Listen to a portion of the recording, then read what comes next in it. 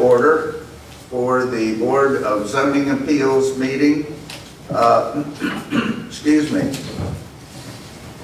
of August the 23rd.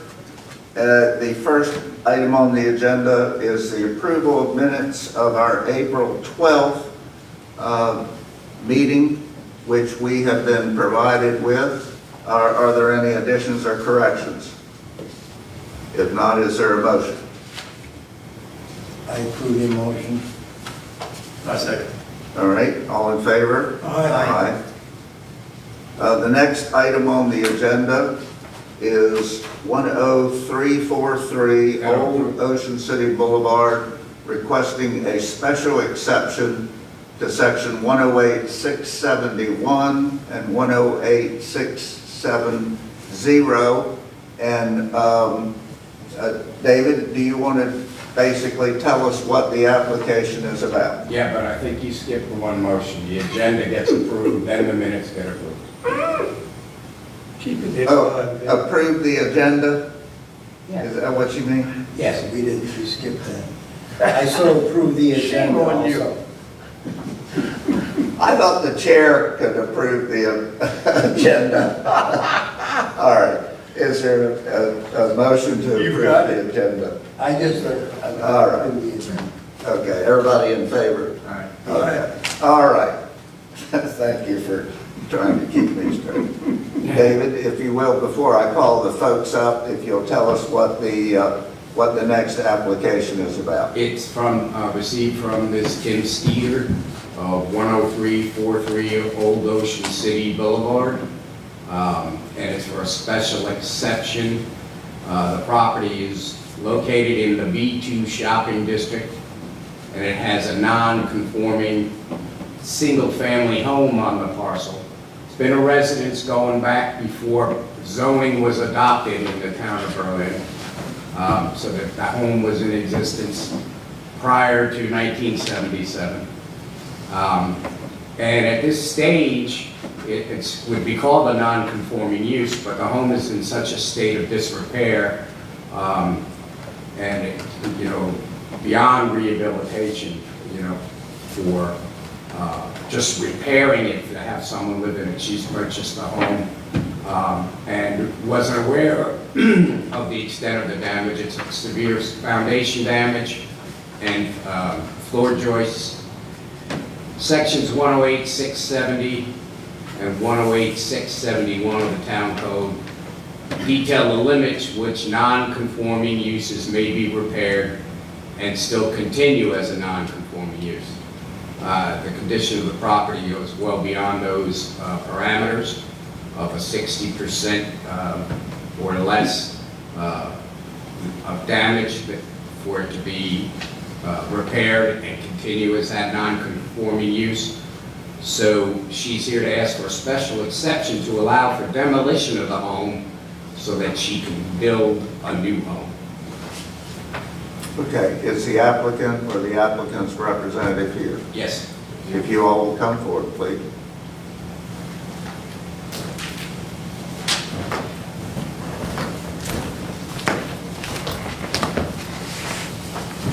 Okay, please come in if you will. Raise your right hand. You do solemnly declare and affirm under the penalties of perjury that the testimony you're about to give this board is true. Yes, sir. Okay, you can be seated and identify yourselves for the record, please.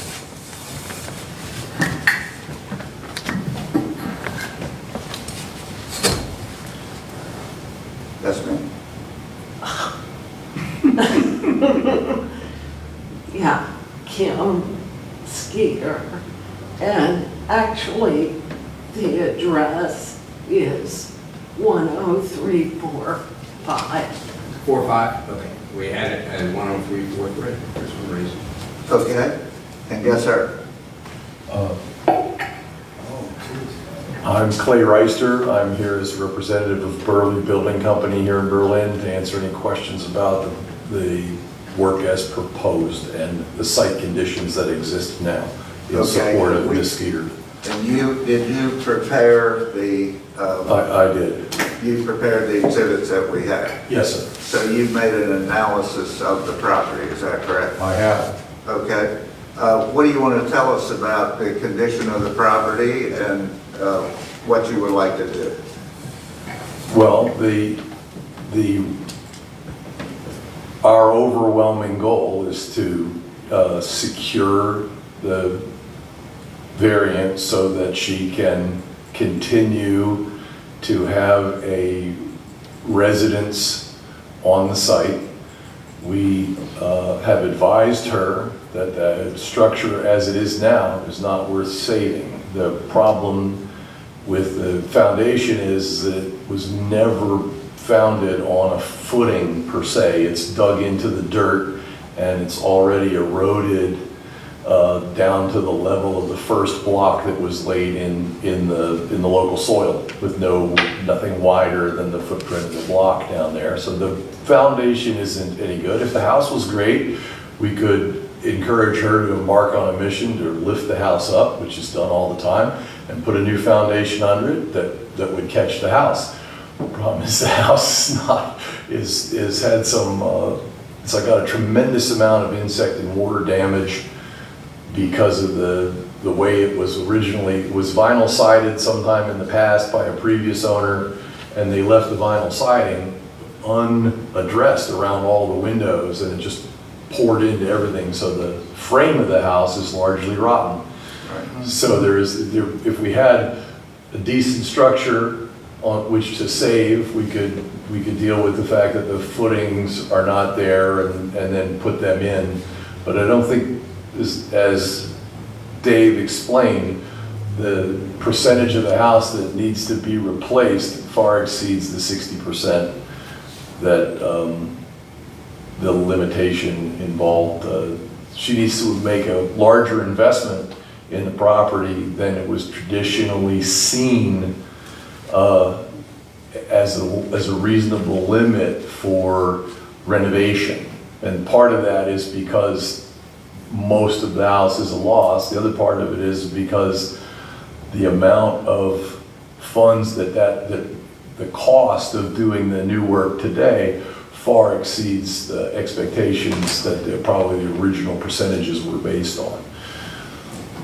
Well, but are you aware of the provisions of section 110-673-4 on replacement of damaged buildings? If it's damaged over 40% of its fair market value, it says it should not be restored.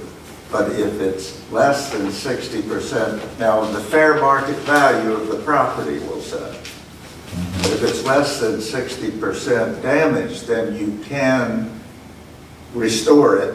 And what you're saying is, by restoring it, you would need to replace the foundation and all that. So because of the termite damage, then it would be more cost effective to replace it, correct?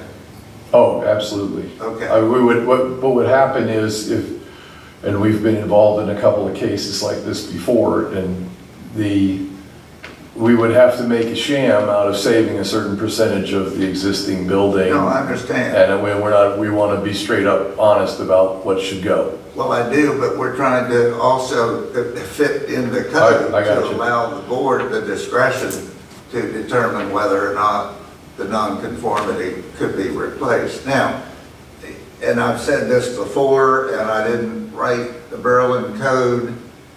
We're not in pyramidal zoning, unfortunately, in many instances, such as in the county to a degree, and always in Ocean City, you can have residential uses in a commercial zone. In Berlin, you can. But our job is to see if we can, well, I'll put it another way. Your job is to give us evidence upon which we can grant or consider allowing the replacement. And I understand what you're saying is that you want to be forthright with the board, but with the 60% of the fair market value, that's not 60% of the structure cost, it's fair market value. So if it's less than 60% of the fair market value, we can consider allowing her to replace the non-conforming. So that's where our code provides that we have to go. So the one confusion that I have, are we talking about less than 60% of the fair market value as it is now, or as it would be once improved? I think fair market value, it just says 60% of its fair market value. So that's, you tell us whether you believe that this can fit within 60% of its fair market value. And could you, let's put it this way, could you repair it for a cost of less than 60% of its fair market value? And I know that's not cost effective, but guys, you got to give us something. I want to, so I think that generally, if we were looking at the thing when it was done and the amount of work that it would take to get it to that point, we could say that that would be very close to the threshold of 60% of the finished fair market value. Okay. There is, if we were starting with the value as assessed today, in the cold light of day, no. Okay. But if we can consider the value of the finished property as a residence along the lines of the plan, the actual scope of the plans are very negotiable for us. We're more concerned about getting the non-conforming use. We'd become very close to 60% of the basically, that I think that target is more reasonable. And it's doable? It's gonna be a tight budget, but I said, assessed on the value of that as a completed property in Berlin's current market, 60% of the total value might cover the work, yes, sir. Okay. Okay. Any questions? Just a couple of the, the incidental questions, but when was this house built? Do you have? I have not seen the record for when it was You built, don't but know when it was built? my guess is looking at the blocks that it had to be in the 40s or 50s. 1940s probably. 19 I've been there, yeah, but I've looked it over too. Yes. And in the adjacent buildings, in back of the house, There were some structures on the back of the property that had been raised by the client or by the person who sold the house. There were some outbuildings on the property that have been removed. There are two properties going west down 346. Right. The most immediate one belongs to Ms. Skeeter's brother, John Gulash, who's here with us tonight, and the one down from that belongs to Tom Messino, which is work that we worked on. We did restoration work in that property 4 years ago. are you living in that home now? No, So it's empty then? yeah,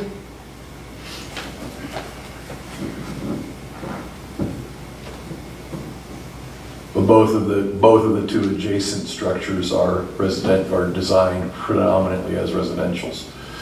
Yeah, so even though this is non-conforming, the adjacent properties are non-conforming as well, Right. yes. because they're used as residences. Right. So it's not an aberration. No. It's not a one-off in a Right. row of B2 structures. Right. Right. I think one side is residential. One side of it has a residence. The other side, I think, isn't the other side conforming? The AGH property, that's conforming. Right, Yeah. right. Oh, okay. About whatever's east of that fence line. But Yeah. this property, has always existed as residential prior to any zoning being applied to it, right? Does that Yes. have any effect in a case like this, whereas it's always been residential, it was residential prior to a zoning code? Well, and let me say that our discretion with regard, as long as we can fit it in the code, our discretion is, and I'll just go ahead and say it. I'm a fan of pyramidal zoning because it allows uses that are not detrimental to the neighborhood but don't fit in the confinement of the situation. And you know what I mean by Yes. pyramidal zoning. A lesser zoning use can be put in a more appropriate higher zone as long as it's not detrimental to the property. Berlin doesn't have that. Commercial is commercial, residential is residential, and there we are. But this has been there since I was a kid. So that shows you how long it's been there. And there are other residential uses in that zone. So, okay. And I don't want to take up all the oxygen, but any questions or anything else you all, I'm going to call on anybody else, by the way, who wants to testify either for or against the application, but is there any other question from any board member? All right. Anything else you all want to bring to our attention? Mr. Reiser, anything? Okay. The one to say is that we may have to, the plans that you have in front of you now, we are more than willing to adjust the scope of those plans to meet the town's rules and setback lines. We're offering to move, as you can see in the two site plans, we're offering to move that property way up the hill into the high flatter land and get it back from the road and, put a brand new structure there, which should clean the place up considerably. Well, if the board sees fit to allow the reconstruction of the non-conforming use, then obviously you would go to the planning commission for your site plan review. I think that's right, Dave, yes? Not for residential. Oh, not for residential, okay. Well then, you will comport with all requirements of setbacks and that type of thing. Right, there's something that reconstruction. there's something we overlooked in the plan for location of the new structure that needs to be adjusted. We're not considering that a binding part of this. All we're looking for is a closure on the right for her to destroy the place and to put back a new residence. Well, that's why we're here, certainly, to consider that issue. So, all right. Is there anyone else here who would like to speak for or against the application? Yes, sir. Come forward if you will.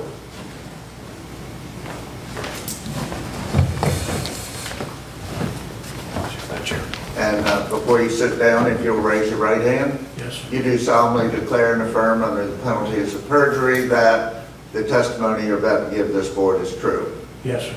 All right, sit down and give us your name and address, please. My name is John Galash. I'm the brother of Kim Skeeter. All right, And I sir. live at 10343 Old Ocean City Boulevard. All right, and what, if anything, would you like to tell us? Yes, sir. I just heard the one man say across the street, he said everything conforms. Right across the street from us, you actually have a couple of doctor's office, and that is, and of course down the road, I.G. Burton, so all that's good. But just down from those three, you have 3 homes. Mr. Johnny Allison used to live in the one. I know he passed away. Somebody's living there, so that's 100% residential. And there's 2 homes, one on each side. And I believe the dog food plant bought those. And, they're just letting those go to pot. So little by little, they're just kind of falling apart. They're nobody's doing anything with those. All I'm saying is, you know, my sister, you know, we're willing to put a new structure in there, and, you know, just everything will look 100% better. So I just wanted to bring that to your attention, sir. Those other units that Mr. Galash is referring to are actually in Worcester County. They're not in our town limits. Right, but they are in the neighborhood, obviously. Oh, yeah, they're right across the street from, but they're not in our jurisdiction, they're not in our town limits. I've heard it referred to as a jack-o'-lantern's teeth on the zoning over there. Yes, something like that? Not necessarily on their side, you know, when you get down to the dog food plant, that's still in the county, they have never been annexed into town. Right. And we know for years Barrett Chevrolet was not. Now IG Burton got annexed because they needed us, they needed water and sewer. So that was the main impetus for them to get into town limits. But this was rezoned in, I think, 1977, when that became B2 along Old Ocean City Boulevard there. But not all the parcels got in town, they are not. And the ones he's referred to are across the street aren't, they're in the county. Yes, sir. But as we say, there's no way to tell the jack-o'-lantern teeth, when you ride down, it looks like a neighborhood. Yep, that's right, that's right. Yep. Yes, sir. All right, sir? That's it, Any yes, sir. questions? Anything else that you'd like to bring forward? No, sir. Anyone else like to speak for or against? If not, then we'll close the hearing and ask for deliberations or a motion, whatever is your pleasure. I'd like to make a motion, unless you want to deliberate. I'd like to make a motion that it be approved, mainly because it's always been a residence. I see no reason, and it was a residence prior to zoning, and it's always been a residence. She wants to continue as a residence. I do like the fact that you're moving the house back further, making it more conforming to the zoning setback along the state road. But I make a motion that we approve the application. Any comments or a second? I second. Okay. It's been moved and seconded that the application for the restoration or reconstruction of a non-conforming use under the special exceptions section be approved. All in favor, say aye. Aye. Okay, it's unanimous. Mr. Reisner, thank you for getting us under the 60%, under the 60%, so it comports with the code. We appreciate that. Thank you very much for the opportunity and the explanation. Well, and we know you'll do the right thing, so, and you're always very forthright, so, good luck. Okay. Thank you. Thank you. Okay.